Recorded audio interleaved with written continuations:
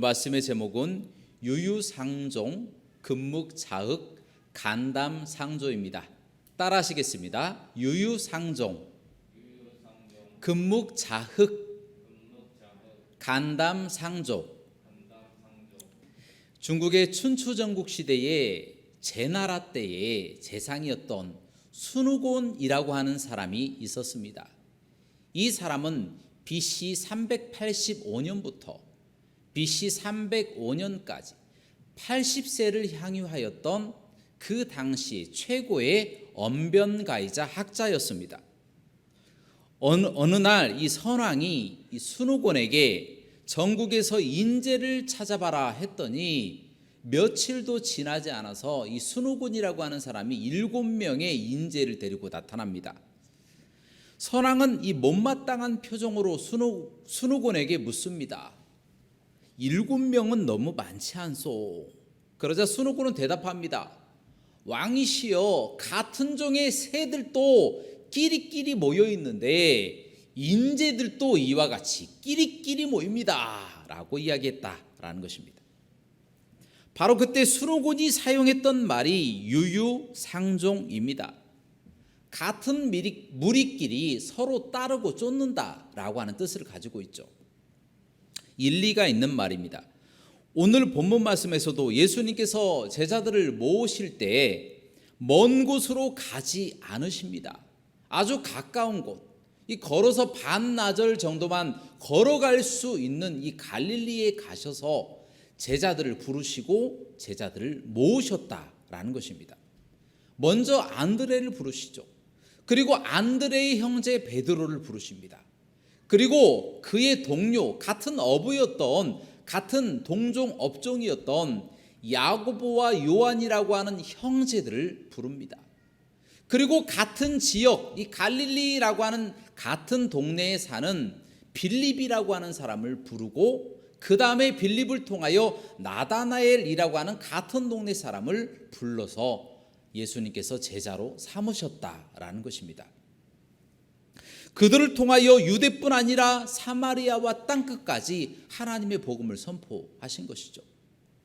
이처럼 인재가 멀리 있는 것이 아니라 같은 동네, 한 형제, 친한 친구, 그리고 같은 동종 업종, 그리고 같은 가족 가운데 많이 모여 있다라는 것입니다.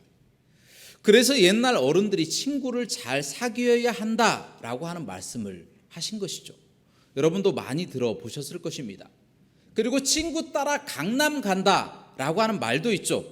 왜냐하면 어떤 친구를 만나느냐에 따라서 그 인생이 달라질 수도 있기 때문이다라는 것입니다.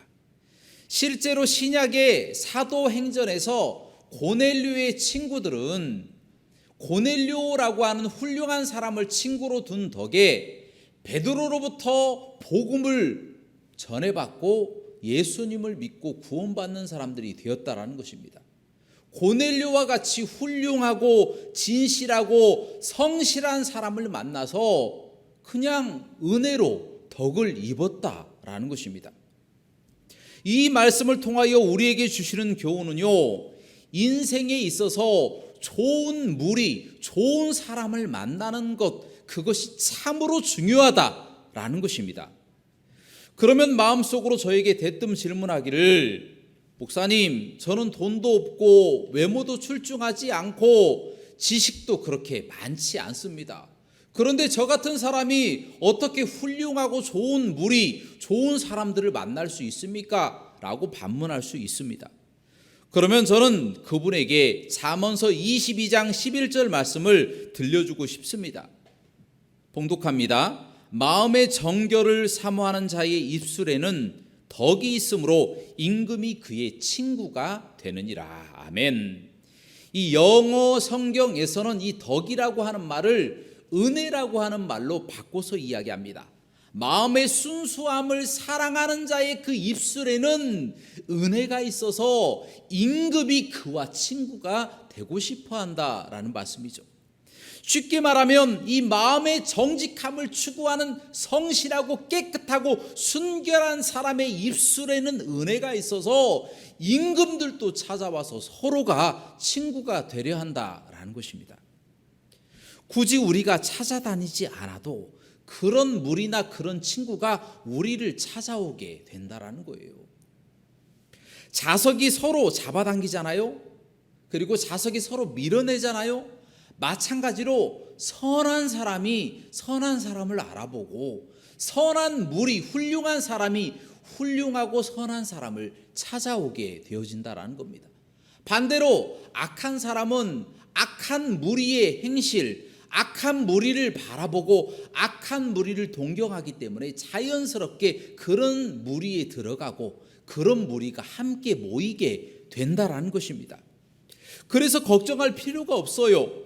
우리 마음의 정직함을 지키면 선한 말을 하게 되고 우리의 선한 말을 통하여 선한 무리와 선한 사람들이 우리를 찾아오게 되어지기 때문에 걱정할 필요가 없다라는 겁니다.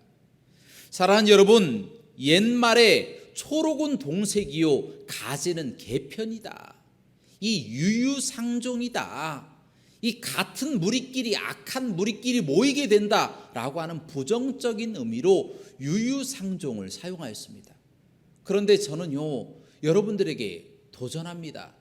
옛 시조에 까마귀 노는 곳에 백로야 가지 마라 라고 하는 말이 있듯이 우리도 이 유유상종을 좋은 의미로 좀 바꿔서 사용했으면 좋겠습니다. 어떠한 의미로요? 선한 사람들이 함께 모임으로써 이 선한 영향력을 나타냅시다 하는 의미로 좀 사용합시다. 고넬료처럼 성실하고 진실하며 의로운 사람이 되어서 서로를 축복해주고 서로에게 선한 영향력을 나타낼 뿐만 아니라 우리를 통하여 다른 믿지 않는 사람들에게도 선한 영향력을 나타내는 저와 여러분들의 삶이 되시기를 주님의 이름으로 축원합니다. 두 번째로 금묵자흑이라고 하는 말이 있습니다. 따라 하시겠습니다. 금묵자흑. 이 말은 중국 서진국의 부현이라고 하는 이 학자, 굉장히 유명한 학자가 처음으로 사용했던 말입니다. 그 뜻은요, 이 묵을 가까이 하다 보면, 이 묵이 무엇인지 아시죠? 벼루에다 이 가는 거예요. 묵을 자꾸 만지고 가까이 하다 보면 그 사람이 알지도 못하는 사이에 자기도 검어진다 라고 하는 뜻을 가지고 있습니다. 좋은 스승을 만나면 좋은 행실을 본받아서 좋은 사람이 되지만 악한 사람을 동경하고 악한 무리에 자꾸 속해져 있다 보면 나쁜 것을 보고 그릇된 것을 자꾸 보고 배움으로써 나중에 악한 무리와 동화되어서 악한 사람이 되어버린다라고 하는 뜻을 가지고 있다라는 것입니다. 성경에 보면 예수님께서 십자가에 달리시기 전날 아무 죄도 없이 재판을 4번이나 받습니다. 첫 번째는 대제사장 안나스와 가야바에게 받습니다. 이들은 장인과 사위 사이예요. 옹서지간이라고 하죠. 그리고 대부분의 레위인, 사내들인 공의회 70명, 백성들의 장로, 사두개인과 또 바리새인들, 이 지방에 힘 있는 사람들이죠. 그리고 로마 병정들, 그리고 유대의 최고의 지도자들이 함께 다 모여 있는 거예요. 모여서 재판한 것입니다. 이들은 미리 예수님을 죽이고자 다 모의하고 협력하여서 이미 마음속으로 죽이고자 다 결정을 다 해버렸어요. 그래서 가룟 유다에게 돈을 주어서 예수님을 팔아라 라고 해서 불법적으로 몽치를 들고 가서 예수님을 사로잡아 지금 재판을 여는 것이다라는 겁니다. 그런 재판의 결과가 어떻게 되겠습니까?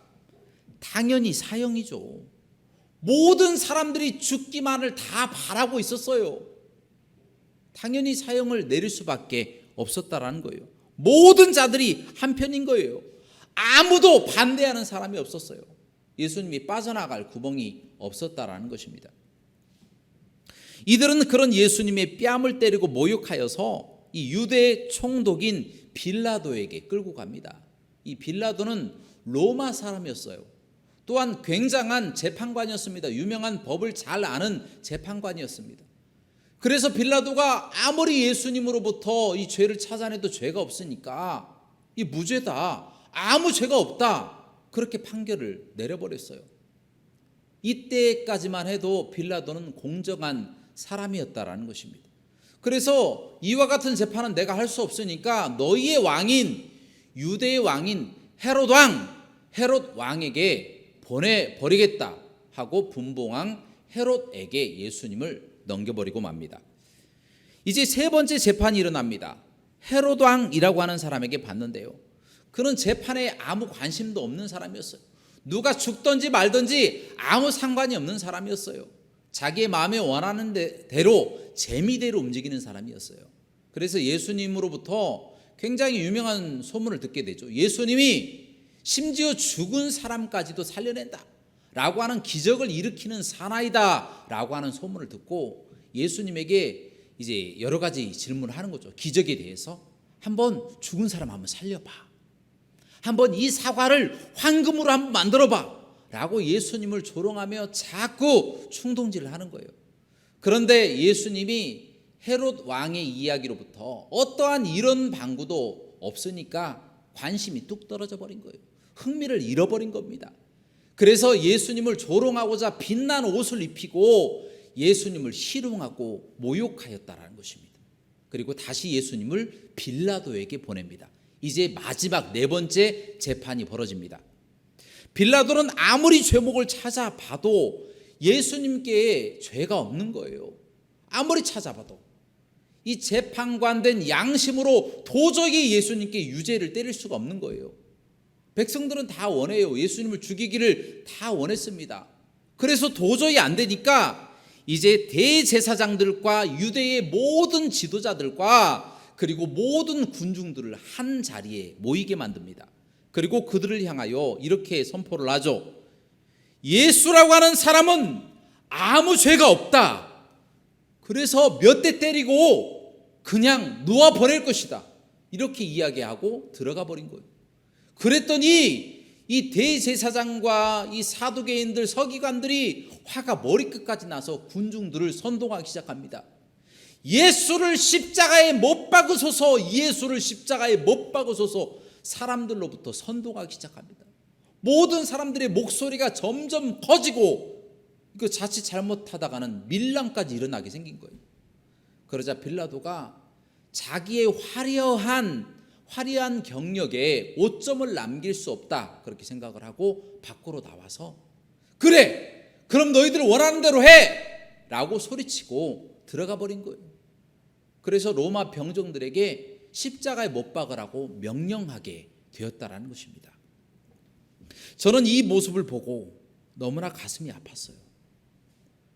어떻게 사람들이 하나같이 다 악한 사람들인 거예요.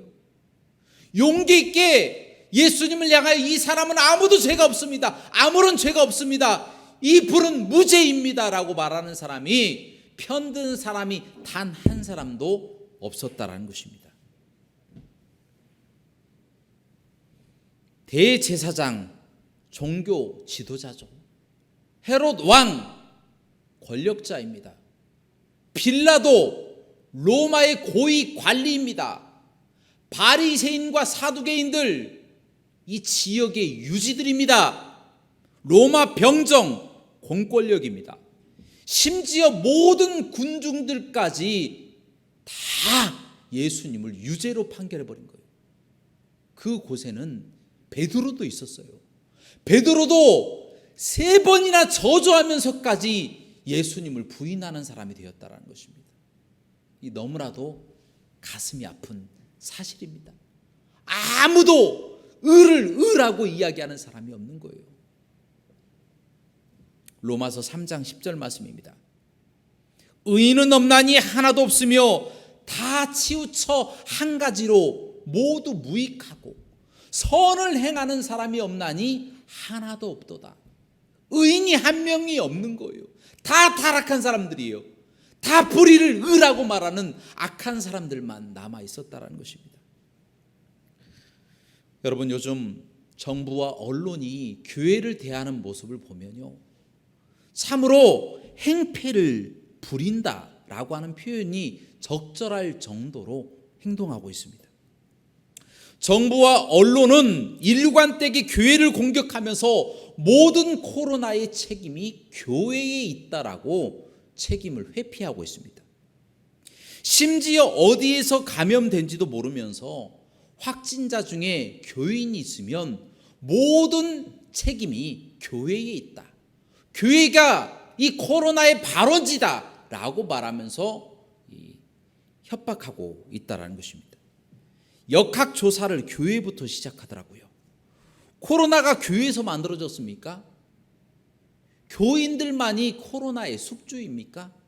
어떻게 교회 발이라고 언론이 보도하고 정부와 이 모든 지도자들이 교회에게 핑계를 보내고 있냐라는 것입니다. 이거 중국 코로나 우한 바이러스 아니겠습니까? 그것을 알면서도 정부와 언론은 진실을 호도하며 계속해서 적극적으로 교회를 핍박하고 있습니다. 심지어 몇 군데 교회에서 코로나가 확진되었다라고 하는 이유만으로 전국에 있는 모든 교회에 비대면 예배를 명령하였습니다. 일벌백계 한 것이죠. 아니, 카페 몇 군데에 코로나 확진자가 나왔다고 전국에 있는 카페를 다 문을 닫아버립니까? 그것도 가관인 게 개인 카페는 모여도 되고 프랜차이즈 카페는 모이면 안 된다라고 명령을 내렸다고 합니다. 참으로 형평성도 없고 일관성도 없고 전문성도 없이 무도하게 힘으로 밀어붙이는 사람들 같습니다. 코로나가 개인 카페와 프랜차이즈 카페를 가려다닙니까? 말도 안 되죠. 더군다나 천주교와 불교에도 확진자가 많이 나왔음에도 그들에게는 자유권을 주어 대면 미사나 법회를 해도 된다고 하면서 오직 교회만 비대면으로 예배를 드려 라고 강요하였다는 것입니다. 이 명백한 형평성 위반입니다. 그런데도 불구하고 민주당이나 국민의힘당의 기독교인들 가운데 목소리를 내는 정치인이 한 명도 없어요. 지금 이 나라의 여당의 대표가 기독교인입니다. 이 나라 정부의 국무총리가 기독교인입니다. 또한 여당과 야당 할 것 없이 많은 기독교인들이 그 안에 속해져 있음에도 불구하고 이 무도한 행정 명령 그리고 잘못된 형평성 없는 정책을 비판하는 정치인이 하나도 없다라고 하는 이 사실, 이 얼마나 슬픈 일입니까? 교회 지도자들도 마찬가지입니다. 타 종교에 비해 매우 심한 차별을 당하면서도 목소리를 내는 교회 지도자들이 별로 없습니다. 심지어 어떤 단체나 힘 있는 교회 지도자들은 지금 정책이 잘하고 있는 것처럼 두둔하고 칭찬하고 있는 사람들까지 있으니 이 얼마나 이상한 일입니까? 이게 도대체 어떻게 된 일입니까? 참으로 기독교의 앞날이 암울할 뿐이다라는 것입니다. 저는 이와 같은 모습을 보면서 어쩌면 이 중국의 학자 부연의 말처럼 이 금묵자흑의 모습으로 변해가고 있는 것은 아닌지 심히 염려가 됩니다. 하나님의 심판은 노아의 홍수 때처럼 또 롯의 때 소돔과 고모라처럼 모든 사람들이 검은 것을 희다고 하고 흰 것을 검다라고 말하는 그와 같이 타락한 그 시대에 심판이 주어졌다라고 하는 사실, 그 사실이 너무나도 두렵다라는 거예요. 베드로후서 3장 4절 말씀에 어떻게 기록되고 있습니까? 이르되 주께서 강림하신다는 약속이 어디 있느냐? 조상들이 잔 후로부터 만물이 처음 창조될 때와 같이 그냥 있다하니 이로 말미암아 그때에 세상은 물이 넘침으로 멸망하였으되. 사람들이 세상이 처음 창조될 그때부터 지금까지 그대로 다 있어, 무슨 멸망이야, 헛소리 하지마 라고 이야기하였을 때에, 다 타락했을 때에 그때 노아의 방주를 통하여 노아의 식구들은 구원받았지만 세상 사람들은 다 물로 인해서 멸망당해버렸다는 것입니다. 심판이 일어난 것이죠. 제가 여러분들에게 무엇을 말씀드리고 싶은 것이냐면 바로 지금 이 시대가 마지막 때가 가까워지고 있다는 것이에요.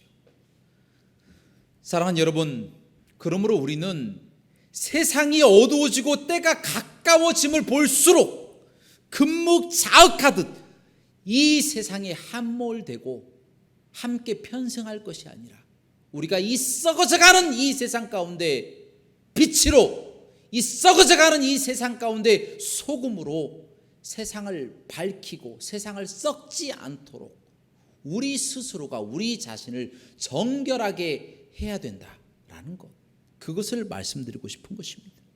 그러므로 우리는 주님의 뜻대로 늘 빛과 소금의 역할을 세상 가운데 감당하면서 살아가시는 저와 여러분들 되시기를 주님의 이름으로 축원합니다. 마지막으로 이 사자성어에 간담상조라고 하는 말이 있습니다. 따라 하시겠습니다. 간담상조. 자, 이 말은 이 중국의 당나라의 한유라고 하는 사람이 했던 말로서 그 뜻은 간과 이 쓸개를 서로 내어놓고 서로 보여주고 이야기한다라는 겁니다. 다시 말하면 허심탄회하게 서로 자신의 마음속에 있는 모든 것을 내어놓고 이야기하는 사이, 그 사이를 가리켜서 이 간담상이라고 하는 말을 사용한다는 것입니다. 그러나 이 한유는 이 말을 해놓고 이 덧붙여서 부정적인 말을 한 가지를 던집니다. 그 이야기가 무엇이냐면 세상에 이런 사람들이 얼마나 있겠는가라고 이야기합니다. 세상을 보면 강과 쓸개를 내보일 정도로 배신하지 않겠다고 약속하지만 나중에는 더욱 깊이 함정에 넣는 사람들이 여기저기에 많지 않은가 라고 부정적인 의견을 냈다라는 것입니다. 이 간담상조할 수 있는 친구가 있었으면 좋겠지만 현실에는 거의 드물다라고 하는 이야기죠. 이 구약 성경에 보면 욥이라고 하는 사람이 나오죠. 이 욥이라고 하는 사람이 고난을 당한 것이 나옵니다. 그가 하루아침에 자신의 모든 재산을 다 잃어버리고 자신의 가족들을 다 잃어버리고 자신의 몸까지도 병에 걸려서 고통당하고 있을 때였습니다. 그 소식을 전해든 그의 친구 엘리바스, 소발, 빌닷이라고 하는 사람이 욥이라고 하는 사람을 위로하기 위해서 찾아온 거예요. 그런데 그들의 말은 욥을 위로하기는커녕 도리어 욥을 격분시키기에 충분했습니다. 바로 이렇게 된 이유가 다 욥이 죄를 저질렀기 때문에 이와 같은 죄를 받는 것이다. 그러므로 너의 죄를 인정하고 회개해라 라고 욥을 충동질하는 거예요. 도저히 감당할 수 없는 슬픔을 당한 친구에게 할 말은 아니었습니다. 욥이 동방에 제일 부자였을 때는 이 친구들이 찾아와서 욥 당신이 의롭기 때문에 이와 같은 축복을 받았습니다 라고 이야기를 합니다. 그러나 욥이 이처럼 재산도 다 잃어버리고 몸도 상하고 가족들도 다 잃어버리니까 그제서야 찾아와서 욥에게 손절하기 위한 핑곗거리를 찾는 거예요. 네 죄 때문에 네가 이와 같이 고통을 당한다. 그러므로 인정하고 회개해라 이 나쁜 놈아 라고 이야기하는 것이나 똑같다라는 것입니다.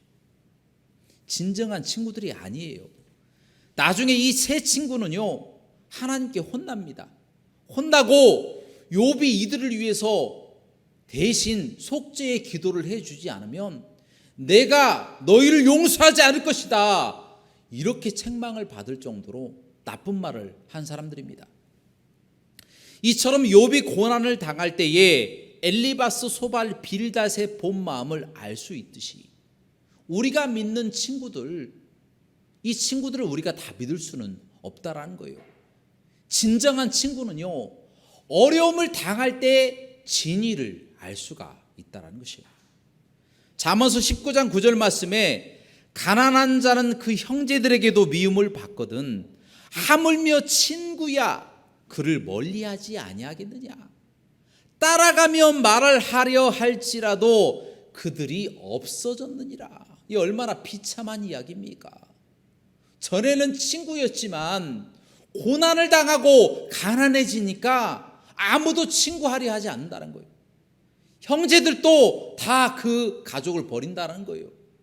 심지어 그 친구들을 따라다니며 친구를 하려고 찾아가도 그 친구가 외면해 버린다라는 거예요. 말도 안 붙여준다 라고 성경 말씀에 기록되어 있다는 것입니다. 너무나도 비정하고 씁쓸한 이야기입니다. 이 한유의 말처럼 간담상조할 친구들이 세상에는 거의 없는 것입니다. 여러분들은 간담상조할 친구들이 있습니까? 정말 여러분의 이 마음속에 있는 강과 쓸개를 다 보여주고 서로 나눌 수 있는 그와 같은 친구 있습니까? 있다면요, 정말 행복한 거예요. 여러분, 저도 친구가 한 명 있습니다. 이 친구는요, 굉장히 신실합니다. 이 친구는요, 제가 어려움을 당하면 항상 위로를 해줘요. 이 친구는요, 제가 괴로울 때 옆에서 함께 울어줍니다. 그리고 제가 필요한 것이 있다고 이야기를 하면 한 번도 거절한 적이 없어요. 이 이야기를 다 들어줘요. 제가 기쁜 일이 생기면 오히려 저보다 더 기뻐하는 친구예요. 늘 위로해주고 저를 격려해주고 저를 사랑해주는 친구입니다. 정말 좋은 친구입니다. 여러분에게도 소개시켜 드릴까요? 이 친구 굉장히 좋은데, 여러분, 이 친구의 이름을 공개합니다. 그의 이름은 예수님입니다. 요한복음 15장 13절 말씀입니다. 사람이 친구를 위하여 자기 목숨을 버리면 이에서 더 큰 사랑이 없나니 저희가 나의 명대로 행하면 곧 나의 친구라. 할렐루야. 예수님은 우리의 친구가 되신다라는 거예요. 세상의 모든 친구가 우리를 다 떠나고 우리가 힘이 없어지고 우리가 연약해지고 우리의 가족에 문제가 생기고 재산이 사라지고 우리의 몸에 건강 이상이 생기면 다 떠나지만 예수님은 영원토록 떠나지 않는 영원한 우리의 친구가 되신다는 거예요. 우리가 슬퍼할 때 우리보다 더 슬퍼서 눈물 흘리고 계시고, 우리가 괴로울 때 우리와 함께 계셔서 우리를 위로하시는 분이십니다. 우리의 등 뒤에서 우리를 밀어주시는 분이시고, 모든 핍박과 환난 가운데 우리의 힘이 되시는 분이 바로 우리 주님이십니다. 우리가 죽음 가운데, 우리가 죄 가운데 지옥에 갈 수밖에 없지만 우리를 일으켜서 천국으로 인도하시는 분도 우리 하나님이십니다. 또한 이 하나님은 한정적인 기간이 없어요. 영원토록 우리를 사랑하시고 우리를 인도하시는 분이시다라는 겁니다. 참으로 이 당나라의 학자 한유의 말처럼 간담상조할 수 있는 유일한 분이 바로 우리 예수님이시다라고 하는 것, 그것이 얼마나 우리에게 큰 위로가 됩니까? 우리의 모든 필요를 채우시는 분. 세상 사람들이 이걸 모르는 거예요. 세상의 친구들은요, 힘 있고 이 돈 있고 또 외모가 출중하고 무엇인가 가진 게 있을 때는 찾아와요. 하지만 이와 같은 것들이 없어지면 친구들도 다 흩어져 버리고 사라져 버립니다. 하지만 우리 예수님은 그럴 때 더 찾아오시고, 그럴 때 더 위로하시고, 그럴 때 더 우리의 손을 붙잡아 주시고, 우리가 두려워할 때 우리의 힘이 되시고, 우리가 슬퍼하고 아플 때에 우리와 더 함께 계시는 분이 주님이시다라고 하는 것, 이것을 우리가 가르쳐주고 싶은 거예요. 세상 사람들이 그걸 모르기 때문에 그것을 알려주고 싶은 거예요. 사랑하는 여러분, 현재 코로나로 인해서 우리의 환경이 참으로 녹록치 않습니다. 정치와 경제, 사회 문화가 정말 심각할 정도로 어렵습니다. 서로가 서로를 믿지 않고 불신이 가득합니다. 그로 인해서 함께 모여서 예배드리지도 못하고 지금 만나지도 못하고 있습니다. 이 얼마나 답답한지 몰라요. 하물며 주님은 얼마나 답답하시겠습니까? 교회의 머리 되신 주님께서 얼마나 답답하고 여러분들을 기다리고 계시겠습니까? 그러나 여러분, 어깨를 쫙 펴시기 바랍니다. 예수님이 우리의 친구가 되시기 때문입니다. 우리가 예수님 안에 있고 예수님이 우리 안에 계신다라는 거예요.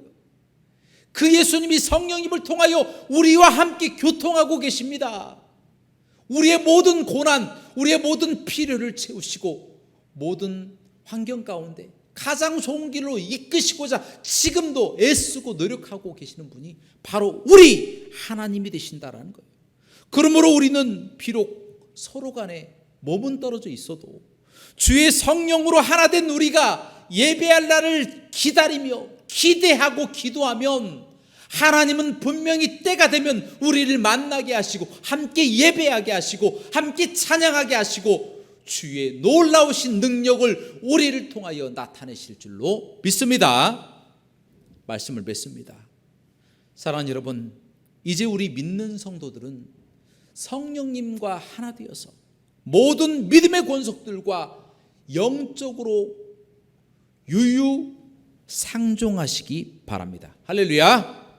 더불어 어둠을 가까이 하여 점점 어두워지는 금묵자흑이 아니라 성령님의 조명으로 성령님의 능력으로 삶 가운데 빛처럼 어두워져 가는 이 세상 가운데 빛처럼 썩어져 가는 이 세상 가운데 소금처럼 하나님이 우리를 사용하실 줄로 믿습니다. 또한 마지막으로 예수님과 허심탄회하게 간담상주하면서 성령님의 교통으로 성도 간에 서로 간담상주하면서 믿지 않는 영혼들이 슬퍼하고 고통당하고 어려움당하고 실상은 예수 믿지 않고 지옥 가게 될 저 믿지 않는 사람들이 예수님을 만나서 서로 간담상주하면서 함께 구원받는 놀라운 역사가 우리 하고교회뿐 아니라 세상에 믿지 않는 모든 사람들의 영혼들에게도 나타나시기를 주님의 이름으로 간절히 축원합니다. 함께 기도하시겠습니다. 사랑과 은혜가 풍성하시고 자비로우신 하나님, 주님은 우리를 너무나도 사랑하시고 우리는 너무나도 우리를 위하시고 너무나도 우리를 위해서 기도하시고 필요를 채워주시는 분이 되십니다. 우리가 그 사실을 깨닫고 세상 가운데서 주님과 간담상주하며 세상 가운데서 금묵자흑하는 사람들이 아니라 성령님의 능력으로 빛과 소금이 되고 늘 믿는 사람들끼리 서로 유유상종하고 또 믿지 않는 사람들도 예수 그리스도를 믿고 함께 유유상종할 수 있도록 좋은 일들이 우리의 삶 가운데 나타날 수 있도록 인도하여 주옵소서. 모든 영광 하나님께 돌리기를 원하오며 예수 그리스도의 이름으로 간절히 기도하옵나이다. 아멘.